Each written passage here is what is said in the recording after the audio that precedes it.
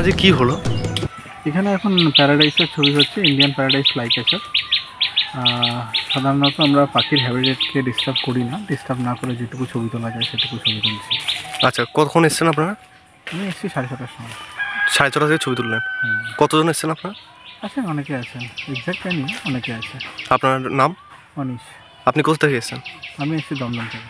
আচ্ছা, আপনি ছবি তুলুন এখানে। এখানে একটা ভারতীয় পাখি, তার ইংরেজি নাম হচ্ছে ইন্ডিয়ান প্যারাডাইস ফ্লাইক্যাচার।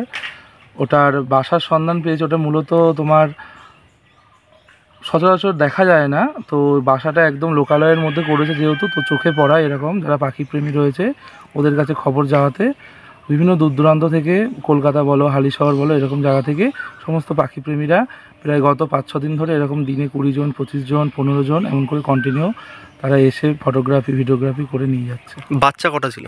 3টে বাচ্চা ছিল। আর প্রথমে 3টে বাচ্চা ছিল, এখন কটা আছে?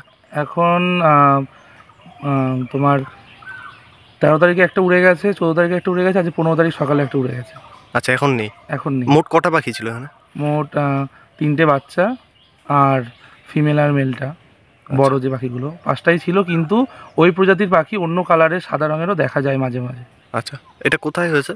এটা হচ্ছে পূর্বস্থলী 2 ব্লকের বেলগাছি নামক একটা গ্রামে। আপনার নাম?